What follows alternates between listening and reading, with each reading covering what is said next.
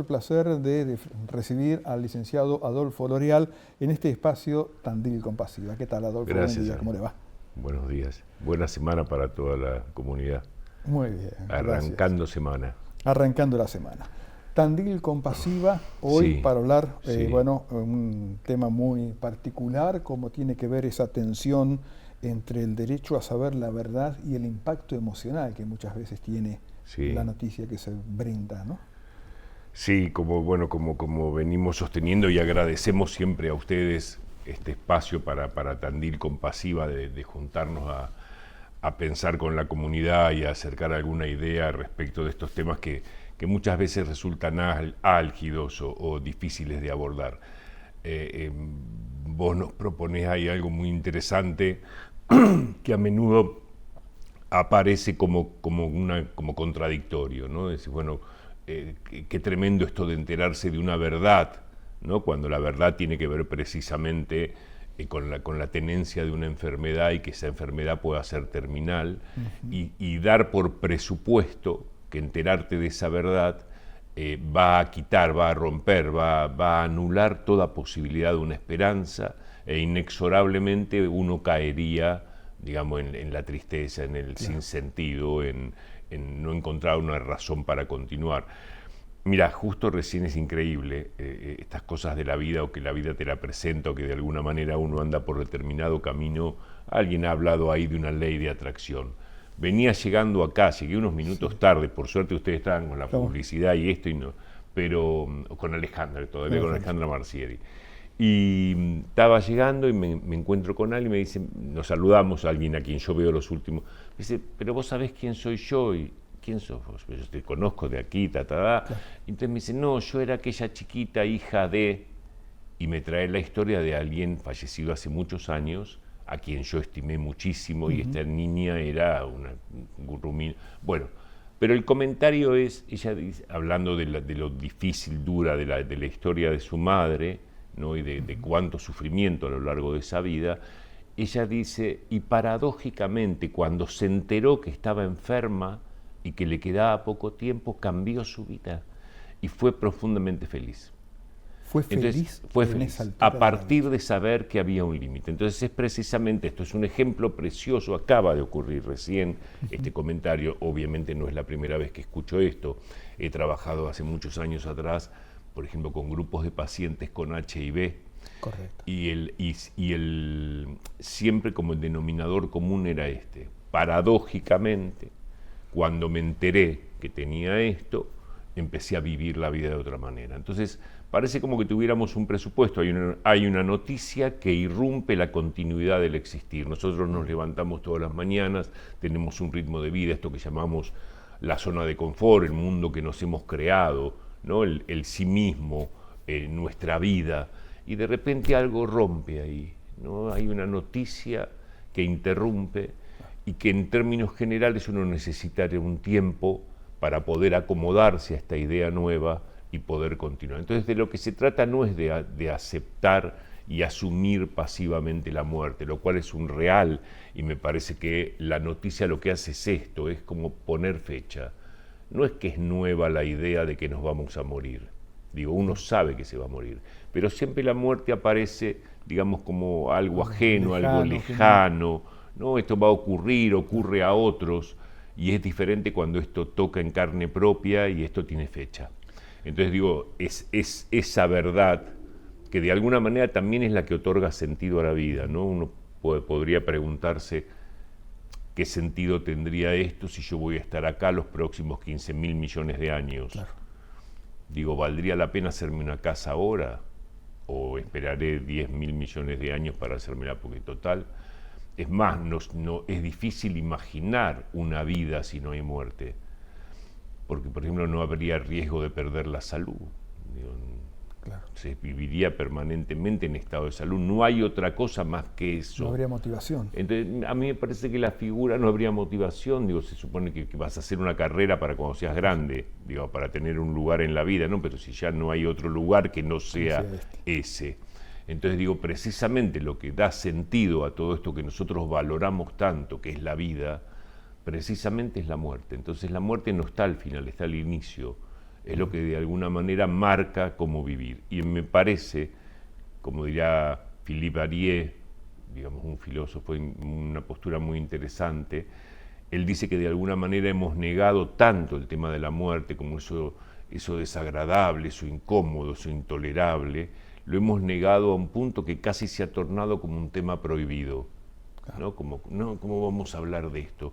Y me parece que en la medida en que se torna un tema prohibido y no podemos hablar de eso y lo ignoramos, también se transforma en un fantasma que nos persigue, lejos de otorgar sentido, ¿no? Entonces por eso el comentario de esta joven que me habla de su madre y dice, o el comentario de aquellos pacientes con HIV, o tantas historias que uno ha escuchado donde precisamente el tema de la fecha de vencimiento, bueno, tomo conciencia clara y plena de que esto era así, no era ni ajeno, ni era mucho más adelante, esto era así. Entonces, eso precisamente otorga sentido. Otorga sentido quiere decir que la vida no es solo sostener la biología, que la vida tiene que ver con el estado de dignidad, y que el estado de dignidad no es solo si llego con la jubilación a fin de mes, no es solo una cuestión materialista, que atañe a lo físico, a lo material, al cuerpo o a la posición socioeconómica, sino que tiene que ver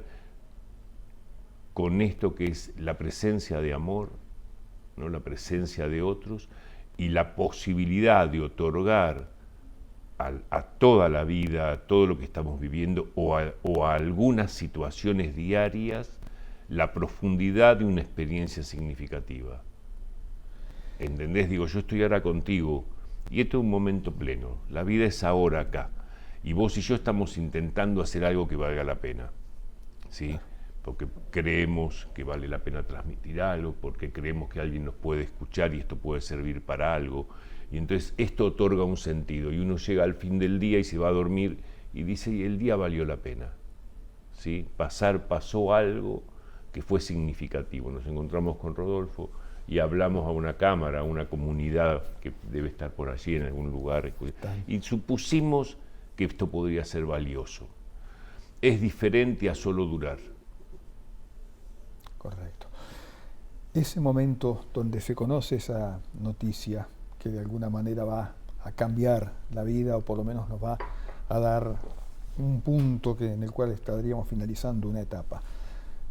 Conocer la noticia genera distintas situaciones, distintas etapas, podemos llegar a decir, dentro, hasta llegar a esa felicidad total que, bueno, le comentaba recién la hija de esta señora. Sí, Piaget habla de que cada experiencia nueva, y esa sería una experiencia nueva, ¿no? Digo, de pronto uno recibiría una noticia que antes nunca tuvo, que cada experiencia nueva, digamos, ingresa en uno, es asimilada, digamos, de alguna manera uno toma esto, pero luego tiene que acomodarse a esa idea. Como cualquier situación impactante, digo, hay una vida cotidiana, lo que podemos llamar esto, la vida de conformidad, o hasta confortable, o bueno, donde estamos ya acomodados, conocemos todo lo que va a ocurrir, pero aparece algo nuevo, una mudanza, un hijo, o un amor nuevo, y esto implica un movimiento. Es como si yo subiese una escalera y entonces doy un paso, pero ahora tengo que acomodarme ahí, vuelvo a dar otro paso, ¿no? Entonces digo, esto de alguna manera es lo que ocurre. Asimilamos esto que impacta, que decía, rompe la continuidad, y algo que irrumpió en esa cadena que está más o menos ordenada, de lo que yo me levanto y hago, ahora voy, vivo, ¿no? Digo, sé que tengo que ir a tal lado, podría escribirte cómo llegó a la noche, todos los pasos que va a haber, es más, casi te podría decir algunas conversaciones que voy a tener y por dónde van a transitar, ¿sí? Porque son las que ocurren más o menos todos los días. Hola, ¿qué tal? ¿Cómo estás? ¿Y qué tal? ¿Qué te pareció? ¿Y cómo estuvo el partido? Diaria. Ya sabemos que vamos a hablar un ratito del partido, y cómo fue el día, y qué te pasó, y que si tuviste nervios o no, y qué te pareció lo que dijo tal o cual. No está más o menos escrito. Entonces, esa noticia nueva desacomoda, irrumpe en uno y se acomoda. Entonces, uno necesita un tiempo. Por eso, la idea es que si nosotros podemos hablar de esto, de algún modo lo que logramos es no negar la muerte, sino al contrario, potenciar esas defensas, el estar preparados para una noticia así y que uno de alguna manera pueda responder más prontamente, menos desorganizadamente, y que el sufrimiento no tenga la última palabra, ¿sí? Vale decir, uno ve muchas historias donde llega una cuestión así y lo que hace es desorganizar, romper y someter no solamente al paciente, sino a toda la Justamente estructura se iba a familiar. preguntar, ¿qué pasa con el entorno de ese paciente en estos casos? Lo mismo, se desorganiza, cae en una situación de caos. La forma clínica sería la desesperación.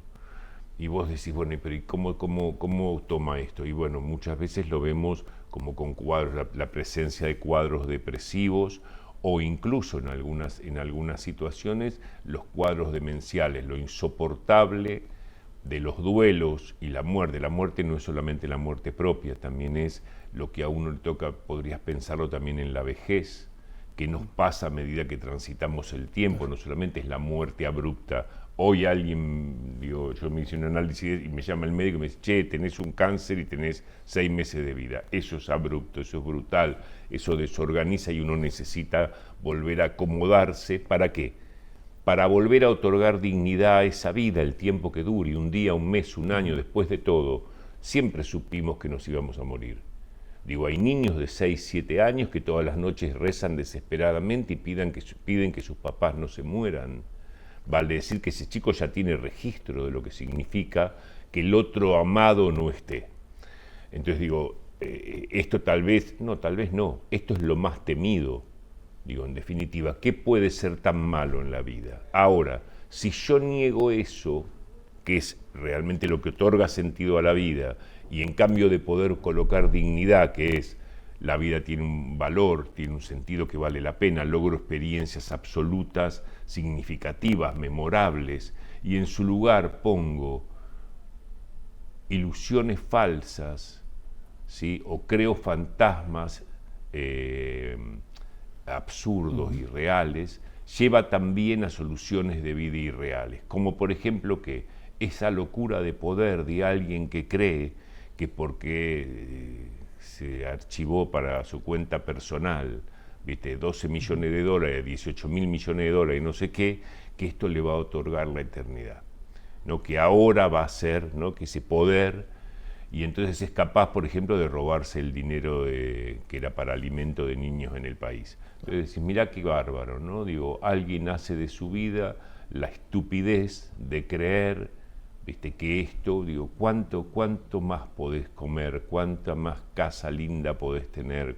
Entonces digo, me parece que nos lleva a soluciones falsas. O por ejemplo a aquel otro a creer que sin tal situación no podría vivir. Entonces como ella quiere dejarlo, él decide asesinarla.